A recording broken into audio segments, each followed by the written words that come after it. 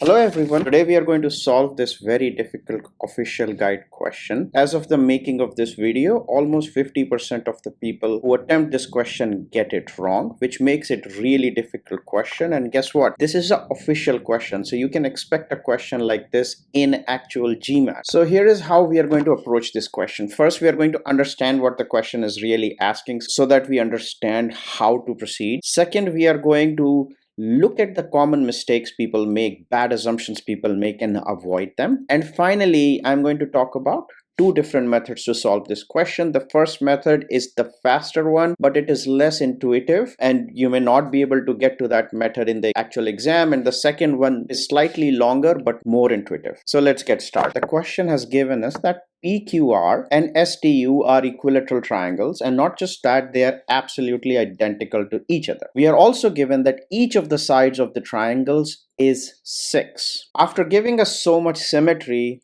they have given us a slight overlap of these two triangles, and we are asked to find the perimeter of this weird looking polygon PQ, QW, WT, TU, UV, VR, and PR. So this is what we are trying to find in terms of perimeter. We already know that there are these sides which are 6 in length. However, this area is where the complication arises. So let's look at some of the bad assumptions people end up making to get this question wrong, and we are going to avoid these. Okay, the first bad assumption people make is assuming this triangle SVW is a equilateral triangle. First of all, it is not given to be equilateral triangle. Even when you look at the diagram, you kind of know it's not an equilateral triangle unless it is absolutely given in GMAT. Don't make such kind of assumptions. That is our mistake number one, or bad assumption number one. Second bad assumption that people make mostly out of desperation and trying to get this question over with quickly is assuming that QW equals VW equals VR. That is again a bad assumption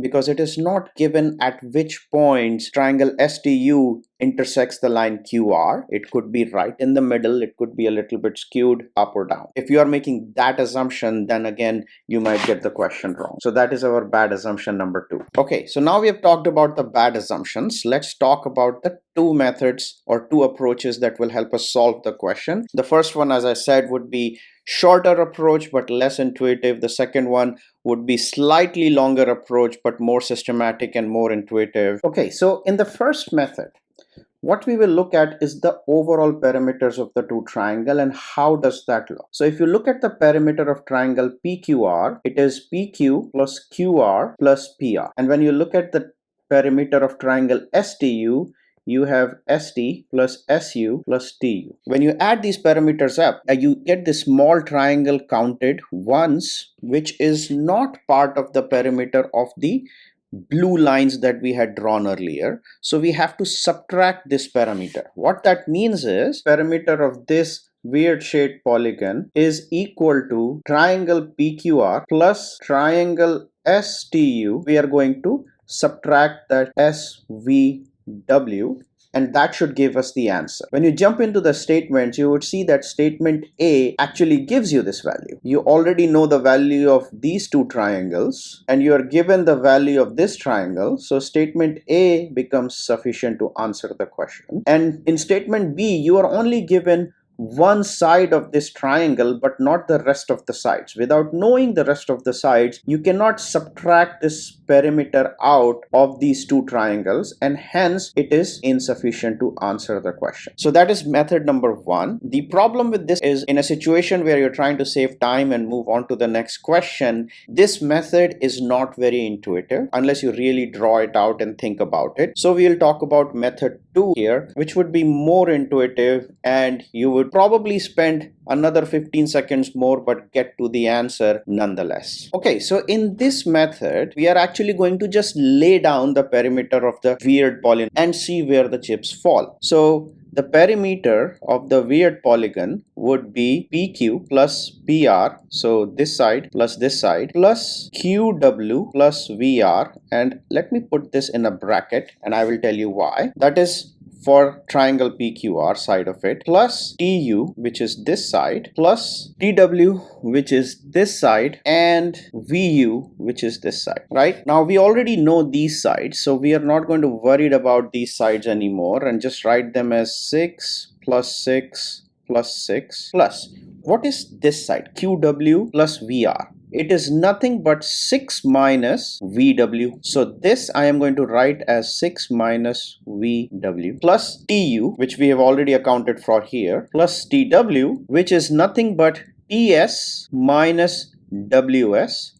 So this one I am going to write as 6, which is TS minus WS. Similarly, VU can be written as SU minus SV. So VU is nothing but 6 minus SV. And what does that give us? This gives us 36 minus VW plus WS plus SV, right?